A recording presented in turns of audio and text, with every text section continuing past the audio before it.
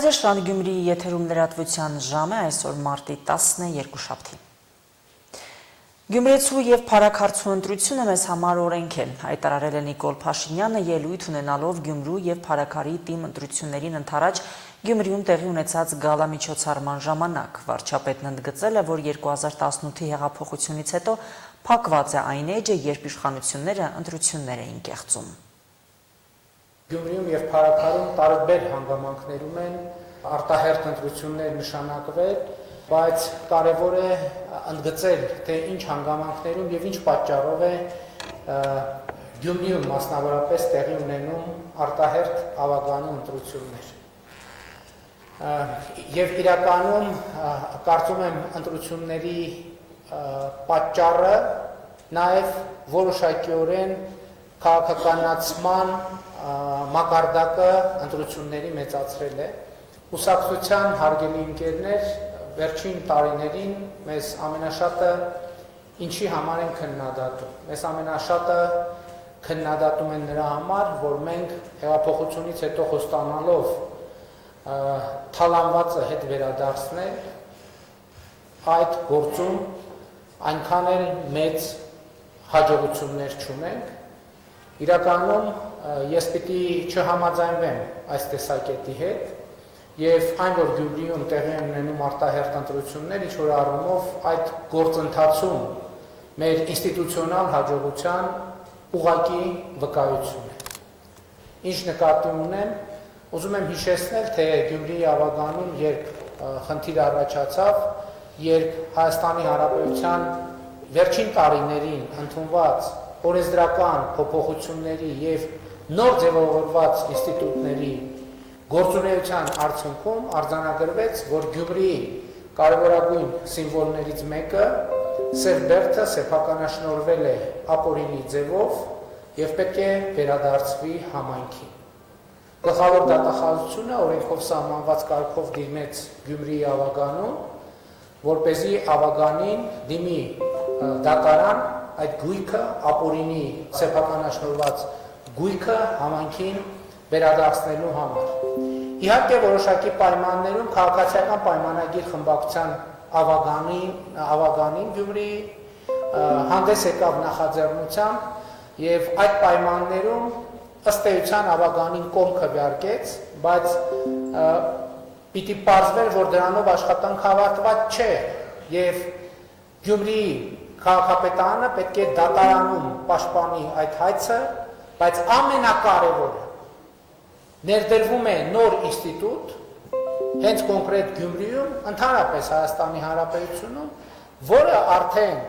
ոչ թե քաղաքական որոշումների, ոչ թե քաղաքական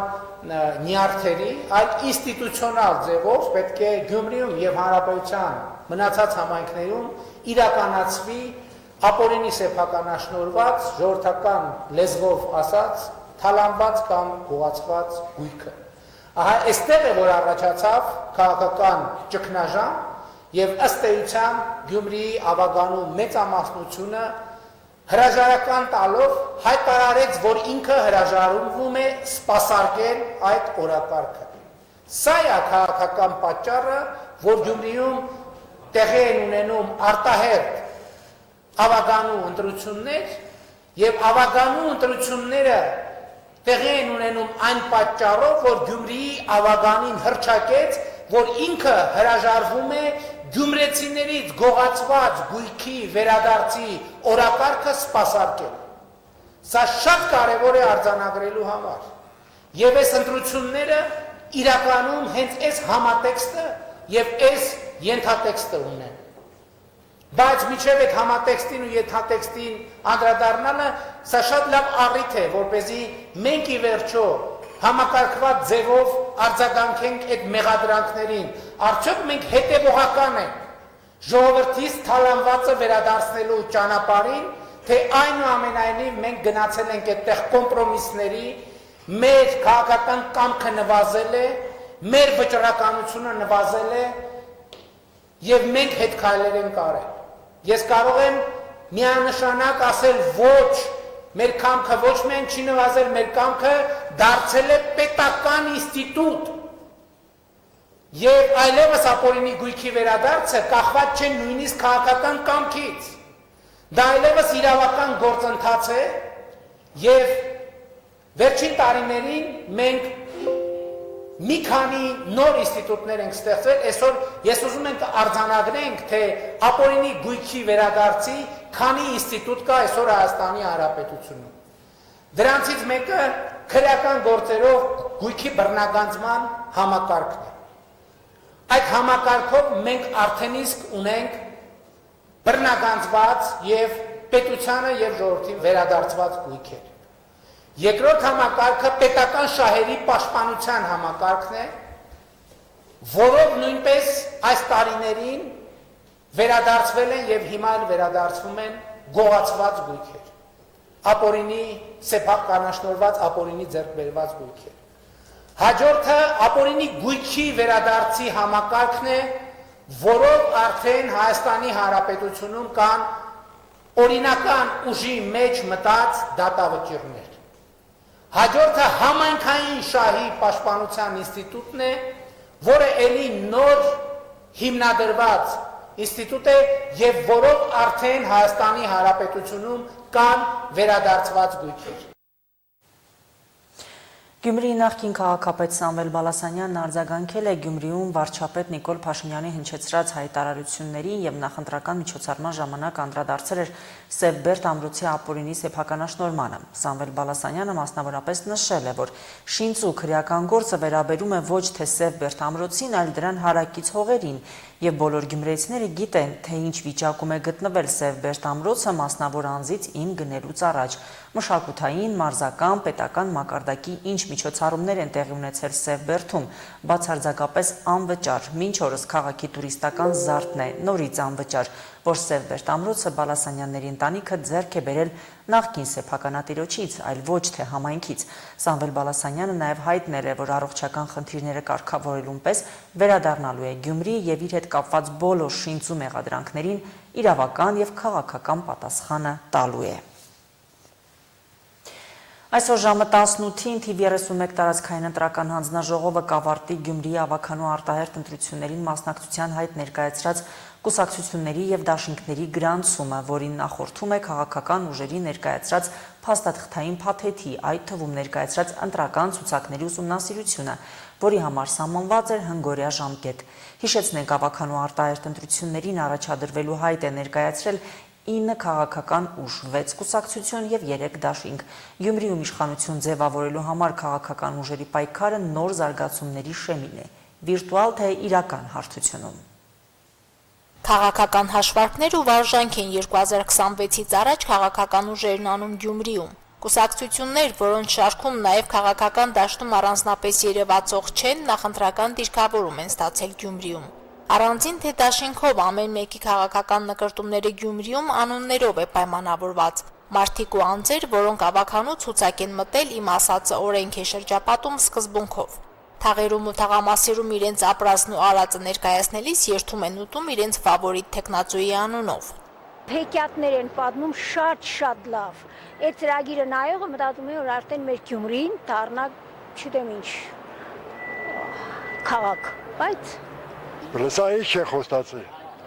Ամեն ինչ է խոստացել են, բայց ո՞րն են հեչ մեկը։ չէ, եղնող չէ, նախ ընտրական խոստումներ են։ Այո, գխոսան, բայց չեն իրագործել։ Փիշի կենեն, հետո աթորը գրավեցին, դու ես, ես ով եմ։ Միշտ խապել են ու խապել ենք։ Որ խոստումներին հավատանք, խոստումը հետ սաղե կրնանտա։ Ամեկը խապեն, ինչ կա, էլի նույն պատմությունը միշտ կա, դիքի քրոնիկական հիվանդություն է հայերի մոդը։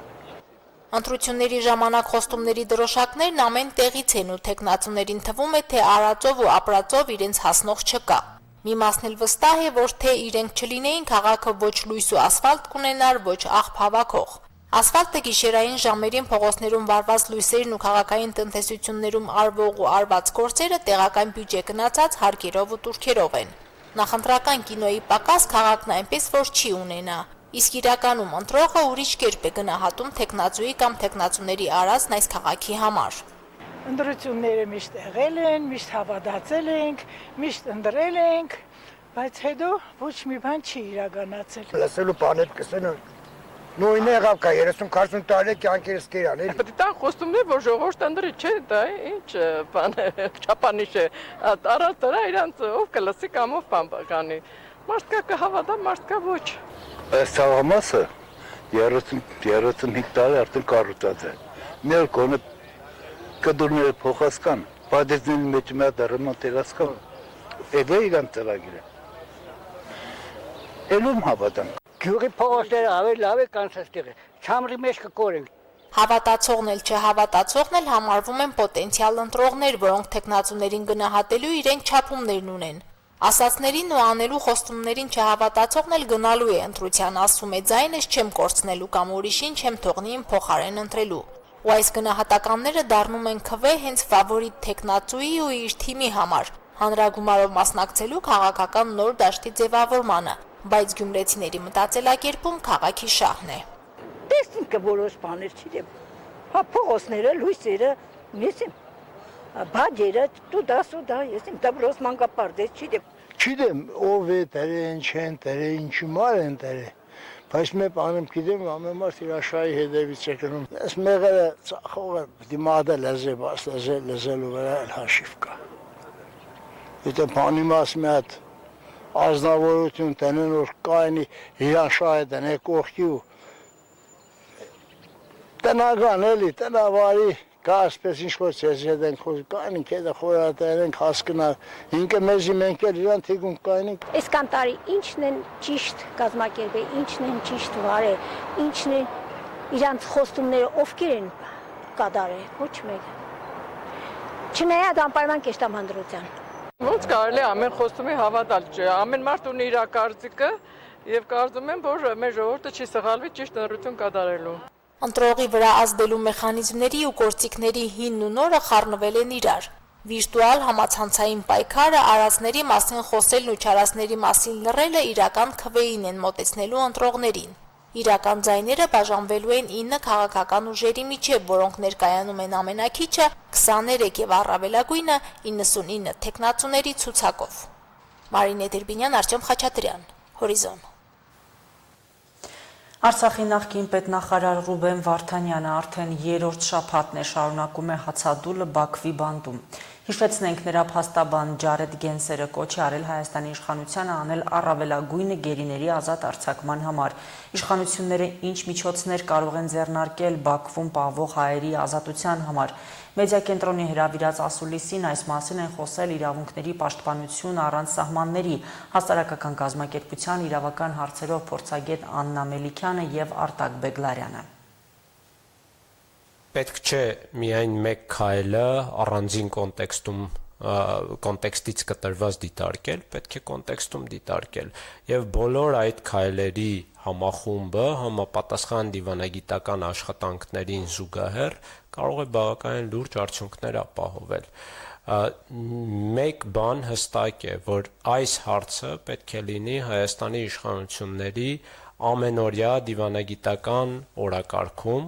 որպես առաջնահերթություն, ընդ որում նաև Ադրբեջանի այդ բանակցություններում, այսպես կոչված խաղաղության համաձայնագրի նախագծի շուրջ, պետք է այս հարցը հստակ դրված լինի։ Ավելին ասեմ, նույնիսկ ես կարծում եմ, որ սա պիտի լինի համաձայնագրի կետերից մեկը, որ պետք է գերիները ազատ արձակվեն, ընդ որում ոչ թե համաձայնագիրը կնքելուց հետո, այլ որպես հստակ նախապայման համաձայնագիրը կնքելու համար։ Այլապես հնարավոր չէ քննարկել, թե ինչպես պետք է համաձայնագիր կնքվի խաղաղության վերաբերյալ, եթե այնտեղ հայ գերիները հենց այդ հակամարտության համատեքստում վրեժխնդիր կերպով դատապարտվում են եւ որպես գործիք այդ դատավարությունը կիրառվում է խաղաղությունը տորպեդահարելու համար կամ Հայաստանին մեղադրելու համար ինչ-ինչ հանցագործությունների մեջ։ Մնացած մեխանիզմները դա կլինի ԵԱՀԿ-ի օրինակ Մոսկվայի մեխանիզմը, դա կլինի Կարմիր խաչի միջոցով լրացիչ մեխանիզմներ, հյուպատոսական ծառայությունից երրորդ կողմի հյուպատոսական ծառայությունից օգտվելու մեխանիզմ, թե այլ հնարավոր մեխանիզմներ, բոլորը պետք է կիրառվեն բավական ակտիվ կերպով եւ բոլոր հնարավորությունները պետք է մենք փորձենք։ Որոշները կարող են հաջողության հասնել, որոշները կարող են ադրբեջանական կողմից հստակ արգելքի արժանանալ, բայց միևնույն է դրա համար Ադրբեջանը ստիպված է լինելու գին վճարել, համապատասխան դիվանագիտական ռեսուրսներ դնել եւ այլն։ Նախկինում աշխատել եմ եւ ԵԱՀԿ-ում, եւ ՄԱԿ-ում, եւ կոնֆլիկտ հետո կամ ինչ որ տես դժվարին իրավիճակում հայտնված երկրներում եւ դատարանների մոնիթորինգը դա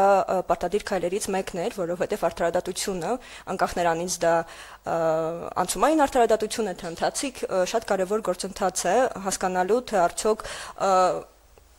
տեղ գտած խախտումները պատժվում են, արդյոք պատժվում են ճիշտ մարդիկ արդար դատաքննության շրջանակներում թե ոչ։ Այս դեպքում իրականում պետք է նշեմ, որ նույն ԵԱՀԿ ԺՀՄԻԳ-ը ունի գրասենյակ, որը կոչվում է Ժողովրդավարության ինստիտուտների եւ մարդու իրավունքների գրասենյակ, ունի համապատասխան ծրագրեր հենց դատարանների մոնիթորինգի, իրականացրել է տարբեր երկրներում, Қырғызստանում, Ղազախստանում, այդ թվում Հայաստանում որոշ ժամանակ, բայց այստեղ հիմնական խնդիրը այն է, որ թույլտվություն է հարկավոր պետության կողմից, որպեսզի այդ ծրագիրը իրականացվի, հա, եթե մշտադիտարկում ենք անում իրականում,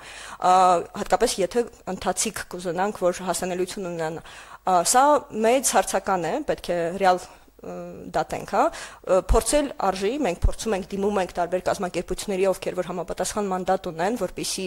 գոնե դիմեն Ադրբեջանի իշխանություններին եւ ապահովեն, հա, իրենց մասնակցությունը։ Բայց ասեմ նաեւ, որ այն երկրներում, որտեղ աշխատել եմ, նաև տեղի դիվանագիտական ներկայացուցիչներից են միշտ եղել ներկայացուցիչներ, եթե ինչ-որ հարցականներ էր, հա, առաջացնում որևէ դատավարություն, լինի դա քաղաքական կամ այլ պատճառներով,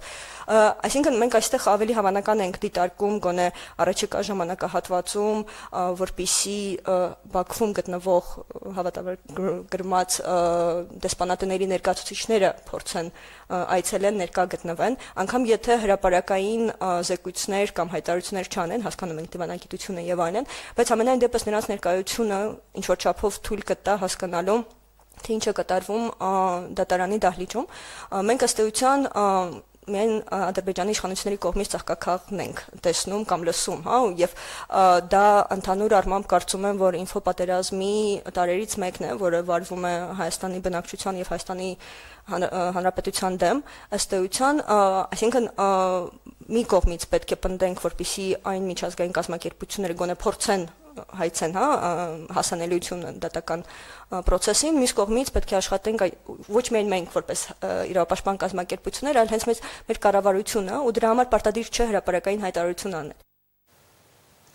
Միացյալ Նահանգների նախագահ Դոնալդ Թրամփը Fox News-ի հետ հարցազրույցում եւս մեկ անգամ հանդիմանել է Ուկրաինայի նախագահ Զելենսկուն, որը ըստ նրա երախտապարտ չէ Միացյալ Նահանգների օգնության համար։ Այնուամենայնիվ Սպիտակ տան ղեկավարն ակնկալում է, որ Զելենսկին կվերադառնա Վաշինգտոն եւ Ուկրաինայում հազվագյուտ հողային մետաղների վերաբերյալ գործարքը կստորագրվի։ Միջազգային ուշագրավ լուրերը ներկայացնենք տեսաշարով։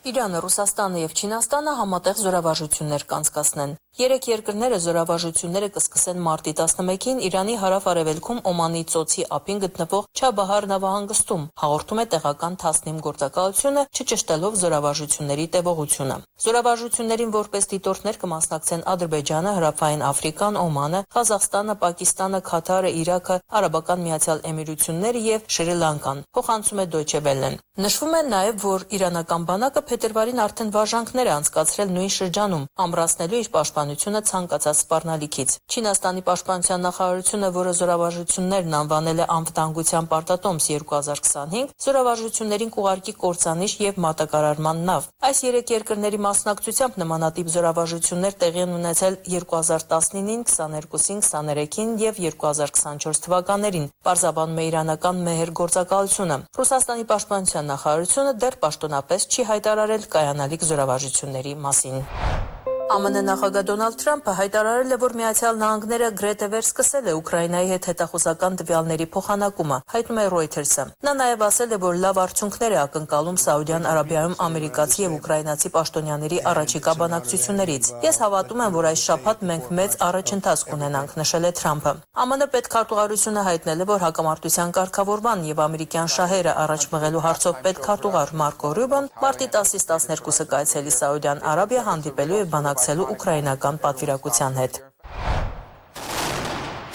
Շարունակում է լարված մնալ իրավիճակը Սիրիայում։ Ավելի քան 1000 մարդ, որոնցից 3/4-ը խաղաղ բնակիչներ են, դարձել են Սիրիայի ափամերձ շրջաններում բախումների զոհ։ Նման տվյալներ են հաղորդում լրատվական գործակալությունները, վկայակոչելով սիրիացի իրավապաշտպաններին։ Երկրի արևմուտքում բռնությունները չեն հանդարտվում արդեն մի քանի օր։ Սիրիական նոր կառավարության Թահրիր ալ-Շամ իսլամիստական խմբավորման ներկայացուցիչները հայտարարել են խմբավորումների ապստամբության մասին, որոնք հավատարիմ են մնում պաշտոնանկ արված նախագահ Բաշար ալ-Ասադին։ Սակայն լրատվական գործակալությունները հաղորդում են, որ բախումների պատճառ է դարձել Սիրիայի նոր կառավարության կողմից իրականացվող զանգվածային հաշվեհարդարները կրոնական փոքրամասնություն կազմող ալավիների դեմ։ ԱՄՆ պետքարտուղար Մարկո Ռյուբոն հայտարարել է, որ Սիրիայի իշխանությունները պարտավոր են պատասխանատվության ենթարկել նրանց, ովքեր հարձակվել են երկրում փոքրամասնությունների վրա։ Միացյալ Նահանգները դատապարտում է արմատական իսլամիստ ահաբեկիչներին, այդ թվում օտարերկրյա ջիհադիստներին, որոնք վերջին օրերին սպանում են մարդկանց Արևմտյան Սիրիայում, ասել է ամերիկյան դիվանագիտության ղեկավարը։ Իսրայելի պաշտպանության բանակը հաստատում է, որ 3 առավոտյան ավիահարված է հասցրել հյուսիսային Գազայի հատվածին։ Իսրայելի պաշտպանական գերատեսչությունը պնդել է, որ թիրախավորել է ահաբեկիչների մի խումբ, որոնք փորձել են ռումբ տեղադրել զորքերի տեղակայման հատվածում։ Պաղեստինյան լրատվամիջոցները հաղորդում են, որ 2 մարդ է զոհվել Գազա քաղաքի արևելյան Շեջայա թաղամասում տեղի ունեցած հարվածի հետևանքով։ Հարվածն իրականացվել է իսրայելական ռազմաօդային ուժերի անօդաչու թռչող սարքով, այլ ոչ թե հրետանային ռմբակոծությամբ, հաղորդել են պաղեստինյան լրատվամիջոցները։ Իսրայելական կողմի բանակցողները այսօր Դոհայում Եգիպտոսի, Քաթարի եւ Միացյալ Նահանգների միջնորդությամբ փորձելու են վերականգնել հրադադարի մասին համաձայնագիրը։ 3 Իսրայելը դադարեցրել էր էլեկտրաէներգիայի մատակարարումը Գազայի հատված։ Իսրայելի էներգետիկայի նախարարը հայտնել է, որ կօգտագործեն իրենց ձեռքի տակ եղած բոլոր գործիքները, որպեսզի ազատեն բոլոր պատանդներին։ Համասը դատապարտել է Գազայի էլեկտրամատակարարումը դադարեցնելու Իսրայելի որոշումը, իսրայելական կողմին մեղադրելով էժան եւ անընդունելի շանտաժի մեջ։ Կանադայի իշխանական լիբերալ կուսակցության նոր առաջնորդ է ընտրվել Մարկ Քարնին։ Նա կփոխարինի երկրի վարչապետ Ջասթին Թրյուդոին, ով այս տարվա հունվարին հայտարարել էր պաշտոնից հեռանալու մտադրության մասին։ Քվեարկության արդյունքներով Քարնին ստացել է 85.9%։ Նա 59 տարեկան է, Հարվարդի եւ Օքսֆորդի համալսարանների շրջանավարտ է, տնտեսագիտության դոկտորի կոչում ունի։ Քարնին նախկինում ղեկավարել է Կենտրոնական բանկն ու համակարգել ֆինանսական ճգնաժամերի հաղթահարման միջոցառումները Հյուսիսային Ամերիկայում եւ Մեծ Բրիտանիայում։ Ես ձեզ խոստանում եմ, որ միասին մենք կարողանանք հաղթահարել այս ճգնաժամը, հայտարարել է կառավարության ապագա ղեկավարը։ Ավելի վաղ նա ամերիկյան մաքսատուրքերը համարել էր երկրի գլխավոր սպառնալիքը։ Կանադան երբեք ոչ մի ձևով չի դառնա Ամերիկայի մի մասը, ասել է Քարնին իր աջակիցների առջև ունեցած ելույթում։ Ալլա Ղալաչյան, Հորիզոն։ Այժմ լրահոսը եւս սպառված է, նորությունների սպասեք մեր հաջորդ թողարկումներում։